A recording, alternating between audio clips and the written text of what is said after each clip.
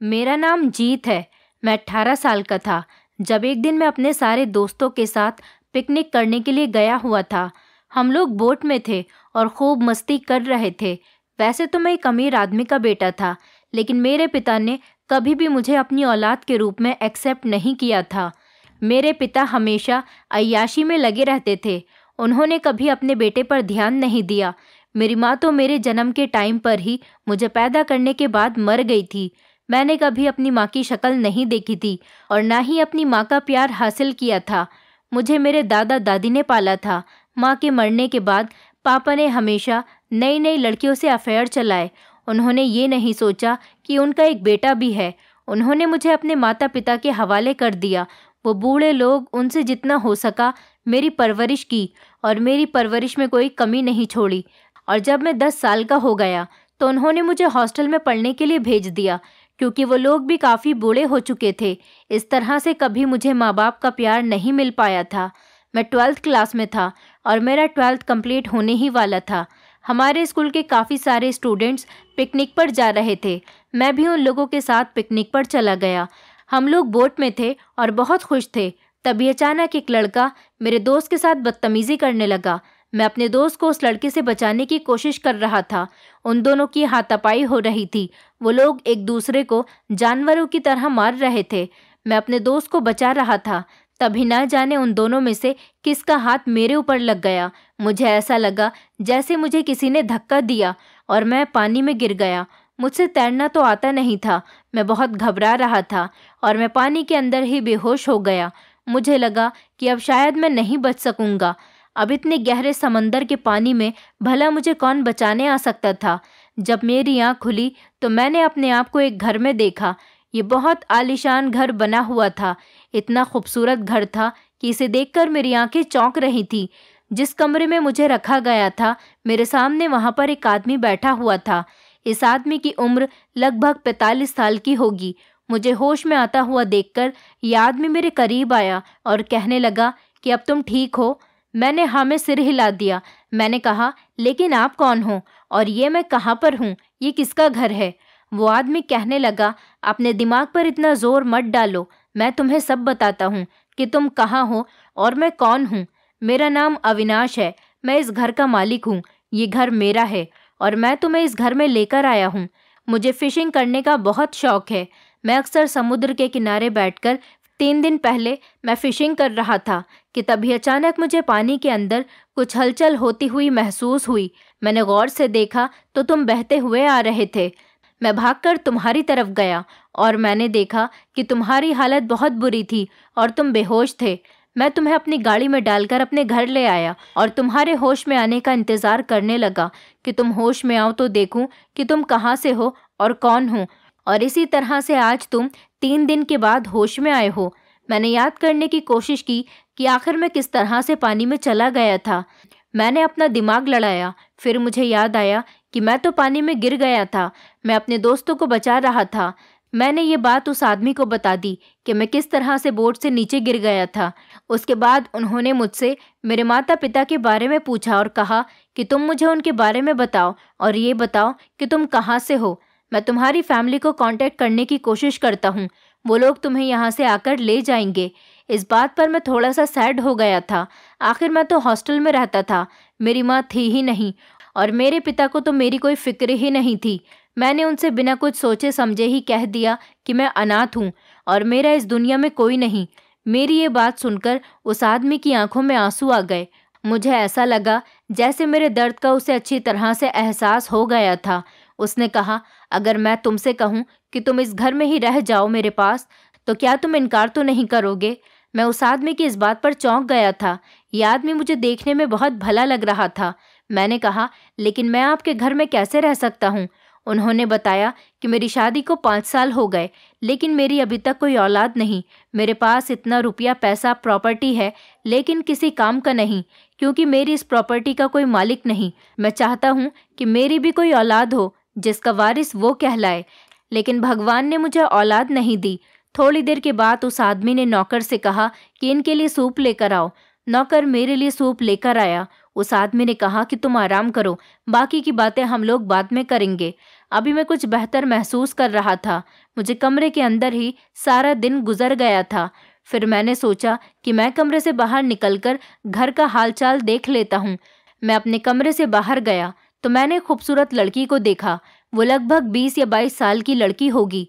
मुझे लगा कि शायद ये इस घर में रहने वाले आदमी की बेटी है, मगर वो आदमी तो मुझे बता रहा था कि उसकी कोई औलाद ही नहीं।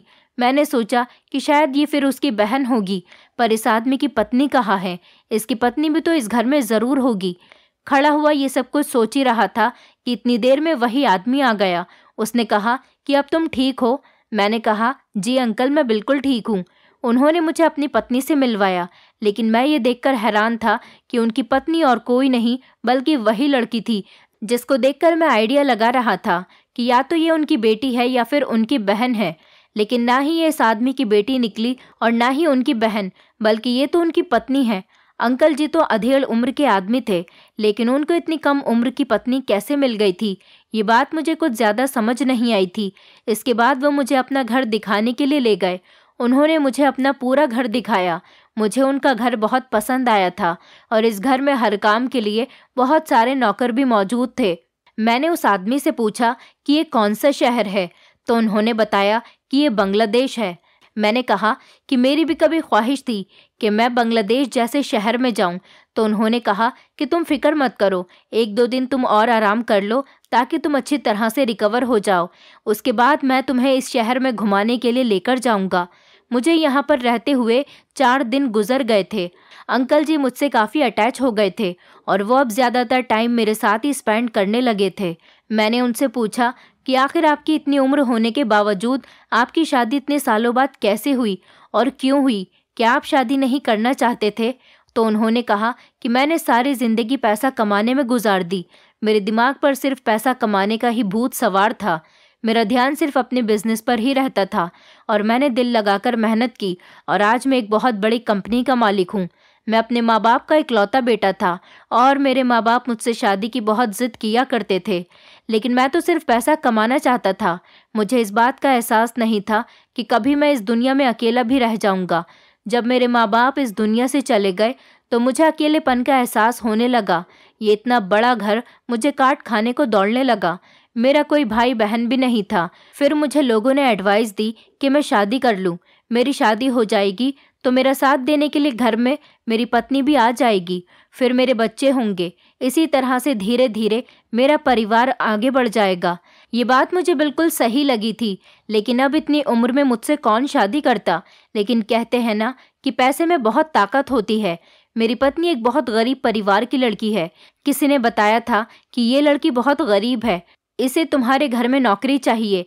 ये लड़की मेरे घर में नौकरानी के तौर पर आई थी, पर मुझे ये लड़की देखते के साथ ही पसंद आ गई थी, इसीलिए मैंने इसके साथ शादी कर ली। लेकिन अफसोस की बात यह है कि अभी तक मेरी इससे कोई औलाद नहीं हो पाई। मैं औलाद के लिए बहुत तरस रहा हूँ। अंकल जी की आंखों में मैंने एक अजीब सा एहसास और औलाद के लिए तड़प देखी थी। एक वो इंसान था जिसके पास औलाद नहीं थी, तो वो औलाद के लिए रो रहा था। एक मेरे पापा थे जिनके पास मुझ जैसी औलाद है, तो उन्हें मेरी कोई परवाह नहीं। इस दुनिया में कुछ लोग ऐसे हैं जिनको औलाद दी गई है तो उन्हें औलाद की कदर नहीं, और कुछ लोग ऐसे हैं जिनके पास औलाद नहीं तो वो औलाद के लिए तड़प रहे हैं। मैं अंकल के दुख को समझ सकता था, क्योंकि वो भी मेरी तरह इस दुनिया में खुद को अकेला समझ रहे थे। सारा दिन घूमने के बाद हम लोग घर पर चले गए थे। घर पर हम सब लोगों ने डाइनिंग टेबल पर बैठकर खाना खाया। लेकिन ये क्या था? यहाँ तो खाने में मछली बनी हुई थी।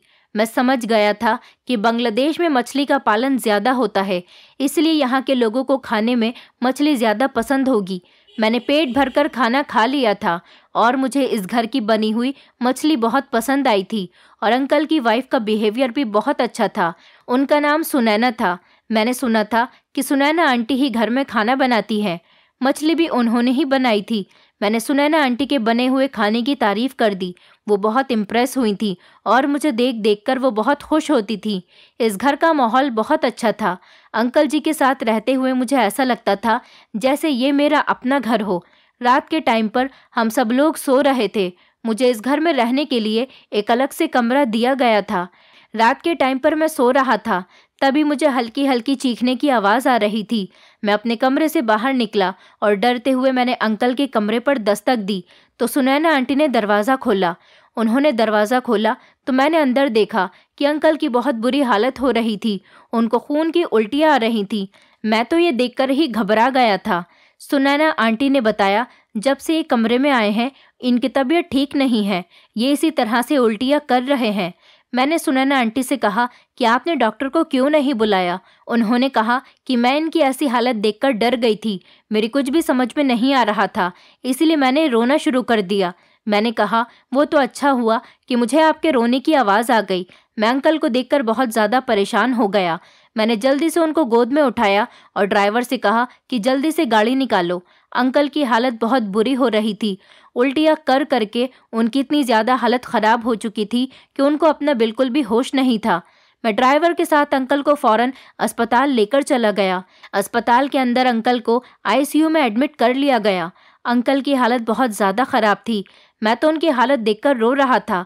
दिल नहीं चाह रहा था कि मैं इनको छोड़कर अकेला घर चला जाऊं। इतनी ही देर में डॉक्टर मेरे पास अंकल की रिपोर्ट्स लेकर आ गए। डॉक्टर ने बताया कि अंकल को हेपेटाइटिस है और बहुत ज़्यादा बढ़ गया है। डॉक्टर ने ये भी बताया कि उनकी ये बीमारी काफ़ी सालों पुरानी है और ये बीमारी धीरे धीरे बढ़ती ही चली जा रही है। आपको इनका बहुत ध्यान रखना पड़ेगा। आपको इनका बहुत ज़्यादा ध्यान रखना पड़ेगा और इनको ज़्यादा से ज़्यादा आराम की ज़रूरत है। मुझे ये बात सुनकर बहुत परेशानी हुई थी। अंकल की बीमारी ने मुझे तोड़कर रख दिया था। न जाने क्यों अंकल के इतना बीमार होने पर मुझे इतनी ज़्यादा टेंशन क्यों हो रही थी। मैं उनके साथ अस्पताल में सारी रात रहा। जब सुबह को अंकल को होश आया तो डॉक्टर ने उन्हें डिस्चार्ज कर दिया। मैं उन्हें घर लेकर आ गया था। मैंने अंकल से कहा, आपको अपना बहुत ध्यान रखना है। फिर सुनैना ने अंकल को मेरे बारे में बताया कि किस तरह से मैं उनको अस्पताल लेकर गया और सारी रात मैंने उनकी फ़िक्र में उनके साथ अस्पताल में गुजार दी। ये सुनकर अंकल इमोशनल हो गए थे और उन्होंने मुझे गले से लगा लिया। अंकल कहने लगे, जीत, क्या तुम मेरे बेटे बन सकते हो? ये सुनकर मैं हैरान रह गया था कि अंकल ये कैसी बातें कर रहे हैं। भला मैं उनका बेटा कैसे बन सकता हूँ? मैंने अंकल से कहा, आप ये सब कुछ क्या कह रहे हैं? उन्होंने कहा, जीत, अगर आज मेरा सगा बेटा होता तो वो भी मेरे लिए इतना परेशान नहीं होता जितना तुम मेरे लिए परेशान हुए। मैं तुम्हारा ये एहसान कभी नहीं भूलूंगा। प्लीज़ तुम कभी मेरे इस घर को छोड़कर मत जाना। इस दुनिया में तुम्हारा भी कोई नहीं। आखिर तुम यहाँ से जाने के बाद फिर से बेसहारा हो जाओगे और मैं फिर से बेऔलाद हो जाऊंगा। तुम मुझे बहुत पसंद आए हो। सुनैना आंटी ने भी मेरी तरफ देखा और वो भी कहने लगी, तुम्हारे अंकल बिल्कुल ठीक कह रहे हैं। अंकल ने मेरी तरफ देखकर कहा कि आगे से तुम मुझे कभी अंकल नहीं कहोगे, आज से तुम मुझे पापा कहोगे। उन्होंने खुश होकर मुझे गले से लगा लिया था। मैंने अंकल को बताया कि आपको अब अपना बहुत ख्याल रखना है। डॉक्टर ने आपको फुल बेड रेस्ट बताया है। मेरी ये बात सुनकर अंकल कहने लगे, अगर मैं फुल बेड रेस्ट पर आ गया तो फिर मेरी इतनी बड़ी कंपनी को कौन संभालेगा? कौन मेरे बिजनेस का ध्यान रखेगा? ऐसे तो मैं बर्बाद हो जाऊंगा। अगर मैं 2 दिन भी ऑफिस ना जाऊं तो मेरे बिजनेस का सारा सिस्टम खराब हो जाता है। इस हिसाब से मैं बेड रेस्ट कैसे कर सकता हूं बेटा? मैंने कहा, तो ठीक है पापा, मैं आपकी जगह ऑफिस जाकर आपका काम देख लेता हूँ। ये बात सुनकर वो बहुत खुश हो गए थे। उन्होंने कहा, तुमने तो मेरे मुंह की बात छीन ली। बेटा, मैं तुम्हारा बहुत एहसानमंद रहूंगा अगर तुम मेरा बिजनेस संभाल लोगे तो। मैं पापा को तसल्ली देकर कमरे से बाहर निकल आया था। अगले दिन मैं उनकी जगह पर ऑफिस चला गया। उनको मेरा काम बहुत पसंद आया था और कुछ ही दिन बाद मैंने अंकल के पूरे बिजनेस को अच्छी तरह से संभाल लिया था। अंकल बेफिक्री से अपने घर में आराम कर रहे थे। वो मेरी तरफ से बहुत खुश थे। एक दिन जब मैं ऑफिस से घर गया तो सुनैना आंटी अंकल को उनके कमरे में ही खाना दे चुकी थी। मुझे घर आते हुए बहुत रात हो चुकी थी, लेकिन मैं ये देखकर हैरान था कि सुनैना आंटी मेरे घर आने का इंतज़ार कर रही थीं और अभी तक वो सोई नहीं थी। मैंने कहा, आंटी, आप अभी तक सोई क्यों नहीं हो? उन्होंने कहा कि मैं तो तुम्हारा ही इंतज़ार कर रही थी। तुम्हारे पापा को खाना और दवाई देकर उन्हें सुला दिया है और अब मैं तुम्हें खाना देने के लिए आई हूँ। सुनैना आंटी की हरकतें मुझे कुछ अजीब लग रही थीं। वो मुझे अजीब तरह से टच कर रही थीं। मैंने उनसे कहा, आप ये क्या कर रही हो? तो वो कहने लगी, तुम बहुत खूबसूरत हो। मैंने पहली बार इतना खूबसूरत लड़का देखा है। तुम्हारे पापा भी तुमसे बहुत खुश हैं। तुमने उनका पूरा बिजनेस संभाल लिया और इस घर को भी संभाल रहे हो। मैं तुमसे बहुत इम्प्रेस हुई हूँ। उनकी ऐसी बातें कहने पर मैं बिना खाना खाए ही डाइनिंग टेबल से उठकर कमरे में चला गया था। मुझे बड़ा अजीब लगता था, न जाने वो ऐसी हरकतें क्यों कर रही थीं। वो मुझसे उम्र में 3-4 साल बड़ी थी। मैं उनकी इज्जत करता था, लेकिन वो मेरे साथ ऐसे पेश आती थी जैसे वो मेरी कोई दोस्त हो। लेकिन मैंने कभी किसी लड़की को नज़र उठाकर नहीं देखा था। फिर वो तो मेरी माँ की जगह थी। अब इसी तरह से सुनैना आंटी को ऐसी गंदी हरकतें करते हुए काफ़ी दिन हो गए थे। वो किसी न किसी बहाने से मेरे कमरे में आ जाती थी और मुझसे बात करने की कोशिश करती थी। यहाँ तक कि जब मैं ऑफिस में होता तो मेरे नंबर पर न जाने कैसे कैसे मैसेजेस भेजती रहती थी। उनका कहना था कि मैं तुम्हारी दोस्त बनना चाहती हूँ। भला वो मेरे माँ के दर्जे की औरत थी, मैं उनको अपना दोस्त कैसे बना सकता था। मैं नहीं चाहता था कि मैं उनकी शिकायत पापा से करूं, क्योंकि वो बेचारे इन दिनों वैसे भी बीमार थे और अपनी बीमारी से लड़ रहे थे। और फिर ऐसा भी तो हो सकता है कि कहीं मैं उनसे उनकी पत्नी की शिकायत लगाऊं तो वो मेरी बात का यकीन न करें। मैंने सोचा था कि मैं खुद ही सुनैना आंटी को समझाऊंगा कि आप अपनी ऐसी हरकतों से बाज आ जाओ, वरना मैं आपकी शिकायत पापा से कर दूंगा, कि शायद वो मेरी बात सुनकर डर जाएंगी। एक दिन तो सुनैना आंटी ने हद ही कर दी थी।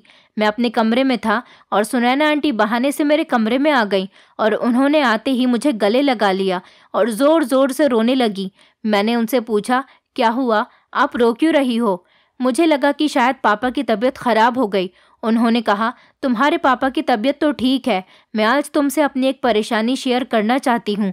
मैंने कहा, बताइए, आपको क्या परेशानी है?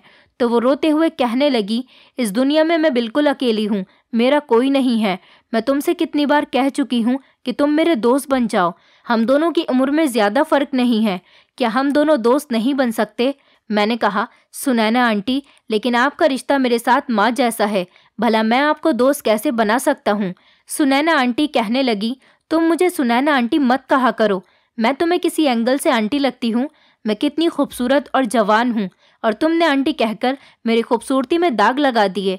मैं इस औरत से बहुत परेशान था, न जाने ये मुझसे क्या चाहती थी।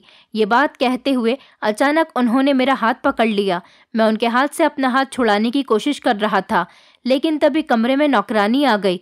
सुनैना आंटी का ध्यान जैसे ही दरवाजे की तरफ गया, मैंने उनके हाथ से अपना हाथ छुड़ा लिया और नौकरानी ने सुनैना आंटी से कहा कि मैडम, आपको साहब बुला रहे हैं।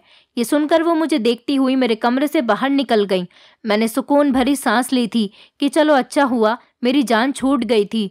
अब उनकी हरकतें दिन ब दिन बढ़ती चली जा रही थीं और मुझे यही डर रहता था कि कहीं पापा मुझे सुनैना आंटी की वजह से गलत न समझ लें।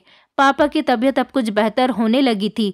वो अब चलने फिरने के लायक हो गए थे और अपने कमरे से भी निकलने लगे थे, लेकिन अभी उन्होंने ऑफिस ज्वाइन नहीं किया था।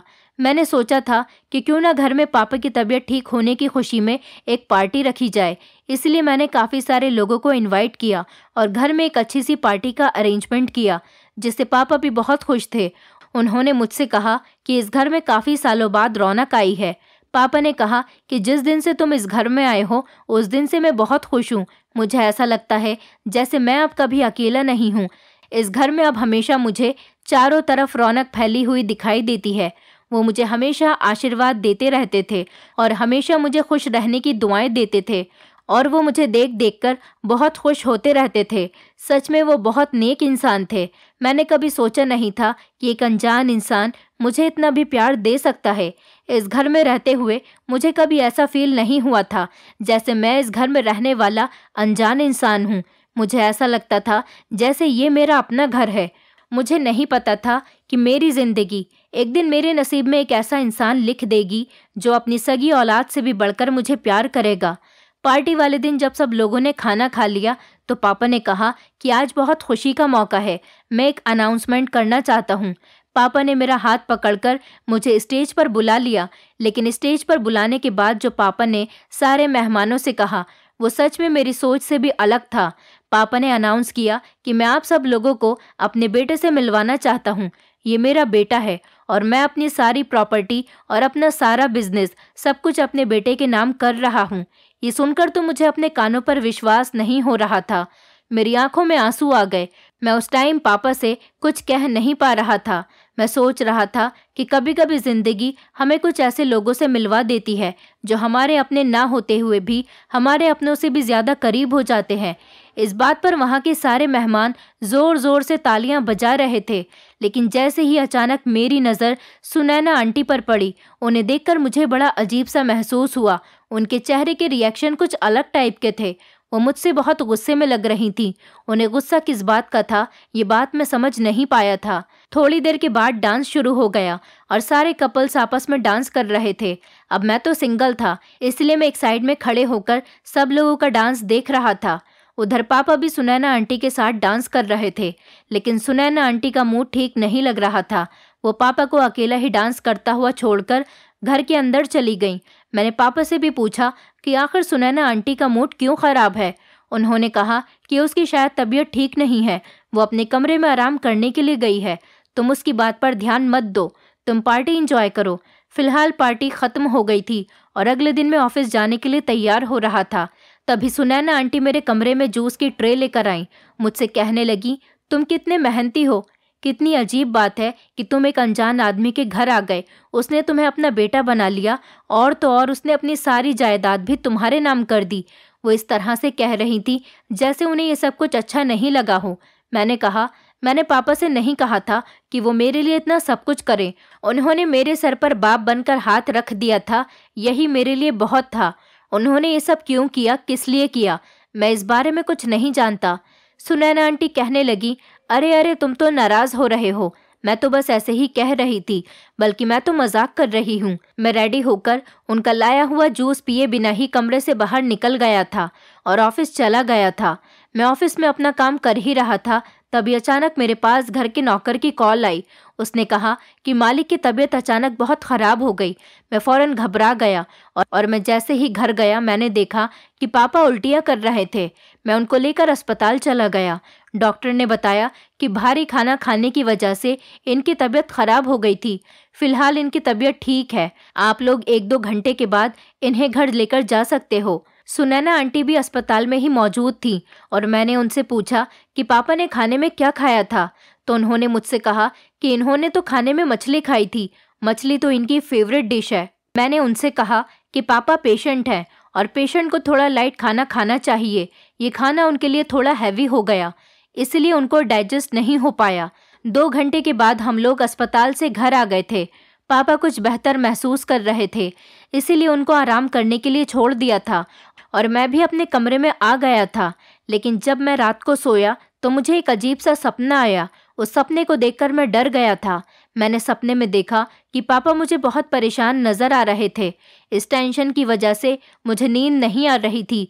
मैं सोच रहा था कि आखिर पापा को ऐसी कौन सी परेशानी हो सकती है जिसकी वजह से मुझे ऐसे सपने आ रहे हैं। जब सुबह के 8 बज गए तो मैं ऑफिस नहीं गया, बल्कि मैं पापा के कमरे की तरफ चला गया। पापा अपने कमरे में लेटे हुए थे और उनके करीब ही सुनैना आंटी भी बैठी हुई थी। मैं कमरे के अंदर उनके पास जाकर बैठ गया और उनसे कहने लगा, पापा आपकी तबीयत कैसी है? उन्होंने कहा, बेटा मेरी तबीयत बिल्कुल ठीक है। मैंने कहा, पापा आपको कोई परेशानी है? तभी सुनैना आंटी ने जवाब दिया, नहीं, इनको क्या परेशानी हो सकती है? पापा मेरी तरफ देखकर कहने लगे, इसके कहने का मतलब है कि तुम्हारे होते हुए मुझे क्या परेशानी हो सकती है बेटा? मुझे बेफिक्री हो गई थी कि चलो मैंने जो सपना देखा था वो सच नहीं था। मुझे पापा ने बताया कि एक कंपनी हमसे डील करना चाहती है, लेकिन वो अमेरिका के लोग हैं, इसलिए तुम्हें अमेरिका जाकर उनसे डील करनी होगी और उनका काम समझना होगा। उन्होंने कहा, बेटा इसके लिए तुम्हें अमेरिका जाना होगा, लगभग वहाँ पर तुम्हें 1 हफ्ता लग जाएगा। मैंने पापा से कहा, ठीक है पापा, मैं चला जाऊँगा। पापा बहुत खुश हो गए और कहने लगे, तुम मेरा बहुत कहना मानते हो, एक दिन ऊपर वाला तुम्हें बहुत बड़ा आदमी बना देगा। मैंने कहा, पापा मैं आपका बेटा बन गया हूँ, बस मेरे लिए यही काफ़ी है, इससे ज़्यादा बड़ा मैं नहीं बन सकता। अगले 2 दिन बाद मुझे अमेरिका जाना था। मैं पापा का आशीर्वाद लेकर अमेरिका चला गया और वहाँ से डील फाइनल करने के बाद पूरा 1 हफ्ता रुक के जब मैं अमेरिका से घर वापस आया तो ये देखकर मेरे पैरों तले से ज़मीन निकल गई थी। पापा की आंखों के नीचे काले घेरे थे और वो मुझे बहुत कमज़ोर लग रहे थे। मैंने पापा से पूछा, पापा आप इतने कमज़ोर कैसे हो गए हो? उन्होंने कहा, बेटा मैं कमज़ोर नहीं हुआ हूँ। तुम्हारी सुनैना आंटी मेरा बहुत ख्याल रखती है। मुझे कुछ गड़बड़ का एहसास हो रहा था, लेकिन फिर मैंने सोचा कि शायद जैसा मैं सोच रहा हूँ वो गलत है, क्योंकि सुनैना आंटी सच में पापा का बहुत ख्याल रखती हैं और हमेशा उनके साथ ही कमरे में रहती हैं। इन दिनों ऑफिस में काम का लोड मुझ पर बहुत पड़ रहा था, क्योंकि मैंने कुछ नई कंपनी से डील की थी और उन सबको मुझे हैंडल करना था। इससे पहले तो कभी मैंने बिजनेस में इतना इंटरेस्ट नहीं लिया था। अब जब सारे काम का लोड मुझ पर पड़ गया था तो मेरे अंदर बिजनेस के लिए एक अजीब सा इंटरेस्ट जागने लगा था। मैं घर में भी कम आता था और ज़्यादातर काम पर ही ध्यान दे रहा था। मैं 3-4 दिन में एक बार घर आ रहा था। पापा मुझे रोज़ कॉल किया करते थे और काफ़ी देर तक मुझसे फ़ोन पर बातें करते थे। अगर ऑफिस में कोई बात मेरी समझ नहीं आती थी तो मैं पापा से कॉल करके पूछ लिया करता था। लेकिन अब काफ़ी दिनों से मैं नोटिस कर रहा था कि जब भी मैं पापा को कॉल करता था वो मेरी कॉल रिसीव नहीं कर रहे थे, और जब मैं घर जाता तो सुनैना आंटी कहती कि वो सो रहे हैं। इधर मैं बड़े बड़े लोगों से डील करने में बिजी था। बिजनेस बहुत अच्छा जा रहा था। हमारी कंपनी का शहर में एक अलग ही नाम हो गया था।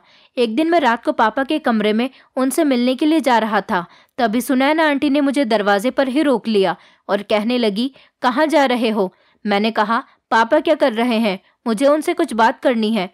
सुनैना आंटी कहने लगी, तुम्हारे पापा अभी सोए हैं, अब तुम उनको जगा दोगे तो वो डिस्टर्ब हो जाएंगे। उसके बाद सुनैना आंटी मुझसे और बातें करने लगी। वो मुझसे काम के बारे में पूछने लगी। रात काफ़ी हो गई थी। मैंने सुनैना आंटी से कहा, मैं सोने के लिए जा रहा हूँ, सुबह को जब पापा उठ जाएंगे तब उनसे बात कर लूँगा। जब सुबह हुई तो अगले दिन मैं जैसे ही पापा से बात करने के लिए गया, मैं कमरे का दरवाज़ा खोलने ही जा रहा था कि इतनी ही देर में मुझे किसी के चिल्लाने की आवाज़ आई। मैंने जैसे ही पीछे पलटकर देखा तो सुनैना आंटी सीढ़ियों से गिर गई थी। उनके पैर में काफ़ी बुरी तरह से मोच आ गई थी। वो ज़ोर ज़ोर से चिल्ला रही थी। मैं उनकी हेल्प कर रहा था और उनके पैर की मोच निकालने की कोशिश कर रहा था, लेकिन सुनैना आंटी के पैर का दर्द कम नहीं हो रहा था। वो दर्द की वजह से बहुत तड़प रही थी। मैंने उनसे डॉक्टर के लिए कहा तो उन्होंने डॉक्टर को बुलाने से मना कर दिया और डॉक्टर के पास जाने से भी मना कर दिया। वो कहने लगी, मैं चल नहीं सकती और ना ही मैं डॉक्टर को घर बुलाना चाहती हूँ। डॉक्टर मुझे दर्द का इंजेक्शन लगा देगा। इंजेक्शन से मुझे बहुत डर लगता है। मैंने कहा, आप परेशान मत हो, ज़रूरी थोड़ी है कि डॉक्टर आपको इंजेक्शन ही लगाएगा। डॉक्टर आपको दवाई भी तो दे सकता है। सुनैना आंटी ने कहा, तुम्हें ऑफिस के लिए लेट हो रहा है। मैं भी यही सोच रहा था कि मुझे ऑफिस के लिए लेट हो रहा है और आज ऑफिस में मेरी बहुत इम्पॉर्टेंट मीटिंग थी। सुनैना आंटी कहने लगी, तुम जाओ ऑफिस, मैं खुद को संभाल लूँगी। वो कहने लगी, मैं ठीक हूँ। जब मैंने उनको ठीक देखा तो मैं ऑफिस जाने के लिए निकल गया था। रात को जब मैं घर गया तो दरवाजे पर मुझे पापा के कुछ दोस्त घर से निकलते हुए दिखाई दिए। मैं उन लोगों को जानता था क्योंकि पापा ने मुझे पार्टी में अपने सारे दोस्तों से मिलवाया था। मेरी मुलाकात उन लोगों से घर के गेट पर ही हो गई थी। उन्होंने कहा कि हम तुम्हारे पापा की तबीयत देखने के लिए आए थे। मैंने कहा, क्या हुआ फिर, आप लोग मिल लिए पापा से? वो बताने लगे कि शायद वो दवाई खाकर अभी अभी सोए हैं। उनकी पत्नी ने बताया है कि उनकी तबीयत तो ठीक है, पर डॉक्टर ने उन्हें ज़्यादा से ज़्यादा आराम करने के लिए बताया है। हम लोगों ने बेहतर नहीं समझा कि उन्हें नींद से जगाएं। हम किसी और दिन आकर अविनाश से मिल लेंगे। थोड़ी देर और बातचीत करने के बाद वो लोग जा चुके थे और मैं घर के अंदर आ गया था। मैं जैसे ही घर के अंदर आया तो सुनैना आंटी मेरा इंतज़ार कर रही थी। मैं पापा के कमरे की तरफ जा रहा था। मुझे याद आया कि सुनैना आंटी के पैर में सुबह मोच आ गई थी। पहले उनके बारे में पूछ लेता हूँ।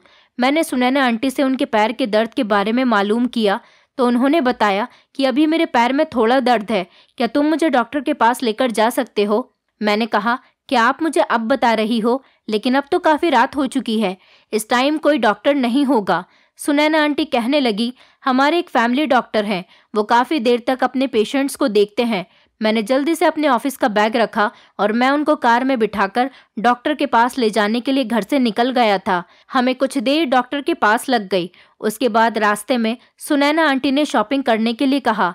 हम एक मॉल में शॉपिंग करने के लिए रुक गए थे। घर आते हुए हमें लगभग रात के 12 बज गए थे। उसके बाद सुनैना आंटी नौकरानी के साथ अपने कमरे में चली गईं और अंदर जाते ही उन्होंने कमरे का दरवाज़ा बंद कर लिया और मैं अपने कमरे में आ गया था। मैंने अपना मोबाइल चेक किया तो मेरे मोबाइल में हमारे ऑफिस के पीए की बहुत सारी मिस्ड कॉल थी। मेरा फ़ोन साइलेंट पर था, इसलिए शायद मुझे कॉल के बारे में पता नहीं चला था। मैंने कॉल बैक की तो उन्होंने मुझे बताया कि सर, मैं काफ़ी दिनों से अविनाश सर से बात करना चाह रहा हूँ, पर उनसे मेरा कोई कांटेक्ट नहीं हो रहा। मैंने कहा, पापा तो घर में ही हैं और उनका नंबर भी ऑन है। उन्होंने कहा, सर मैं रोज़ उनका नंबर ट्राई करता हूँ, लेकिन कोई भी कॉल रिसीव नहीं करता। मैंने उससे बात करके अपना मोबाइल बंद कर दिया था। अब मैं सोच में पड़ गया था कि आखिर पापा का किसी से भी कोई कांटेक्ट क्यों नहीं हो पा रहा, और जबकि वो घर में ही मौजूद हैं और मुझे भी तो पापा से बात किए हुए लगभग 1 हफ्ता हो गया। मुझे गड़बड़ का एहसास हो रहा था। मैं कंफ्यूज हो रहा था कि आखिर ये सब कुछ क्या है। आज पापा के कुछ दोस्तों ने भी मुझे बताया कि उन लोगों से भी उनकी मुलाकात नहीं हो पाई, और पीए भी यही बता रहा है कि उसकी भी पापा से बातचीत नहीं हुई। इसका मतलब हमारे घर में कुछ तो गड़बड़ हो रही है। मेरा शक सुनैना आंटी पर ही जा रहा था और मैंने सोच लिया था कि कल सुबह मैं पापा से बात करके ही रहूँगा। जैसे ही अगला दिन निकला तो मैं पापा से बात करने के लिए उनके कमरे की तरफ जा ही रहा था कि मेरी सोच के मुताबिक सुनैना आंटी मेरे सामने आकर खड़ी हो गई। मुझे पता था कि वो मुझे अंदर जाने के लिए रोकेंगी, क्योंकि इतने दिनों से वो मुझे किसी न किसी बहाने से कमरे के अंदर जाने से रोक रही थी। मैंने सुनैना आंटी को पीछे धक्का दिया और जल्दी से कमरे का दरवाज़ा खोल दिया। मैंने जैसे ही कमरे के अंदर देखा तो ये देखकर मेरे पैरों तले से ज़मीन निकल गई थी कि पापा तो कमरे के अंदर थे ही नहीं। आखिर वो अपने कमरे से कहाँ जा सकते थे। मैं बाहर आया और मैंने सुनैना आंटी से कहा, पापा कहाँ हैं? तभी अचानक सुनैना आंटी ने अपनी आंखों से कुछ इशारा किया और किसी ने पीछे से आकर मुझे पकड़ लिया। मैं खुद को छुड़ाने की कोशिश कर रहा था, लेकिन पकड़ने वाले इंसान ने मुझे इतनी मजबूती से पकड़ा हुआ था कि मैं खुद को छुड़ा नहीं पा रहा था। मैंने सुनैना आंटी पर चिल्लाना शुरू कर दिया, मुझे बताओ कि पापा कहाँ हैं और आपने उनके साथ क्या किया? सुनैना आंटी मेरे करीब आई और कहने लगी, तुम्हारे पापा को मैंने एक ऐसी जगह भेज दिया जहां जाने के बाद कोई भी इंसान वापस नहीं आता। मैं हैरान रह गया था कि वो क्या कहना चाह रही थी। सुनैना आंटी ने मेरे आगे कुछ पेपर डाल दिए और कहने लगी, जल्दी से इन पर साइन कर दो। मैं चिल्ला रहा था और कह रहा था, तुम क्या चाहती हो? मुझे छोड़ दो। ये बताओ पापा कहाँ हैं? सुनैना आंटी कहने लगी, जैसे मैं कह रही हूँ वैसा ही करो। अगर तुम इन पेपर्स पर साइन कर दोगे तो मैं तुम्हें तुम्हारे पापा के पास ले जाऊंगी। लेकिन ये कैसे पेपर्स थे? मैं इन पेपर्स को पढ़ना चाहता हूँ। उन्होंने पेपर्स मेरी आंखों के सामने कर दिए और कहने लगी, लो पढ़ लो। वो पेपर्स जायदाद के पेपर्स थे। पापा ने अपनी सारी जायदाद और अपना सब कुछ मेरे नाम कर दिया था। सुनैना आंटी चाहती थी कि इन पेपर्स पर मैं अपना साइन कर दूं, ताकि वो इस सारी जायदाद की मालिक सुनैना आंटी हो जाए। अब मैं सारा खेल समझ चुका था कि सुनैना आंटी ये सब कुछ इसीलिए कर रही है क्योंकि वो ये सारी जायदाद अपने नाम करवाना चाहती है। मैंने कहा, मैं ऐसा नहीं करूँगा सुनैना आंटी। सुनैना आंटी ने मेरी गर्दन पर चाकू रख दिया और कहने लगी, तो फिर तू अपने पापा को खुद तलाश कर लेना कि वो कहाँ हैं। मैंने उसको ऐसी जगह भेज दिया जहाँ तू क्या कोई भी उसे नहीं ढूंढ सकता। मैंने कहा, आप ये सब कुछ क्यों कर रही हो? पापा ने आपको इस घर में सब कुछ दिया। वो कहने लगी, उस आदमी ने मुझे कुछ नहीं दिया। उन्होंने बताया कि मैं इस घर में नौकरानी बनने के लिए आई थी, लेकिन जब मैं अविनाश को पसंद आई तो उसने मुझसे शादी कर ली। मुझे अपनी खुशकिस्मती पर यकीन नहीं आ रहा था कि जो लड़की नौकरानी बनने वाली थी वो इस घर की मालकिन बन गई थी। लेकिन हमेशा अविनाश के दिल में औलाद की तड़प रहती थी। अब जब उस बूढ़े से मुझे औलाद नहीं हुई तो मैं क्या करती? फिर मेरी जिंदगी में तुम आ गए। जब अविनाश तुम्हें लेकर आया तो मुझे तुम्हें देखते ही प्यार हो गया था। मैं तुम्हें पसंद करने लगी थी क्योंकि अविनाश से शादी करने के बाद मुझे उससे मोहब्बत नहीं थी। मैं सिर्फ ये रिश्ता इसीलिए निभा रही थी क्योंकि मैं उसकी सारी दौलत हथियाना चाहती थी। लेकिन तुमने आकर मेरे बने बनाए प्लान पर पानी फेर दिया। अविनाश ने तुम्हें अपना बेटा बना लिया। मैं अविनाश को बहुत समझाती थी कि ये कोई अनजान इंसान है, इसे अपना बेटा मत बनाओ, ये तुम्हें धोखा भी दे सकता है। मैं अविनाश को बहुत भड़काती थी तुम्हारे खिलाफ, लेकिन वो इंसान कभी मेरे भड़काए में आया ही नहीं। इतना समझाने के बावजूद भी उसने वकील के साथ मिलकर अपनी सारी जायदाद तुम्हारे नाम कर दी। मैं चाहती थी कि मैं तुमसे शादी कर लूं और हम दोनों मिलकर इस आदमी की जायदाद आधी आधी बांट लेंगे। मैंने तुम्हें भी अपने काबू में करने की बहुत कोशिश की। हर मर्द औरत के हुस्न पर फिदा होकर उसका हो जाता है, लेकिन तुम पर भी मेरा कोई जादू नहीं चल सका। और अब तो अविनाश को भी मुझ पर शक होने लगा था कि मेरी नज़र उसकी जायदाद पर है, इसलिए उसने मेरे साथ धोखा किया। उसने मुझे इस घर से फूटी कौड़ी नहीं दी, सब कुछ तुम जैसे अनजान लड़के के नाम कर दिया। जब तुम दोनों में से किसी पर भी मेरा जादू नहीं चल सका तो मैंने अविनाश को रोज़ खाने में नशे की दवाई मिलाकर देनी शुरू कर दी, क्योंकि मुझे पता था कि उसे जो बीमारी है उस हिसाब से नशे की दवाई उसके लिए जहर है।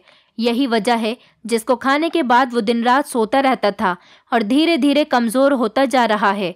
एक दिन उसने मुझे खाने में नींद की दवाई मिलाते हुए देख लिया। वो तुमसे बात करना चाहता था और तुम्हें मेरे बारे में सब कुछ बताना चाहता था। उसने कहा कि वो अपने बेटे से कहकर मुझे जेल करवा देगा, लेकिन मैंने उस बूढ़े को गायब करवा दिया।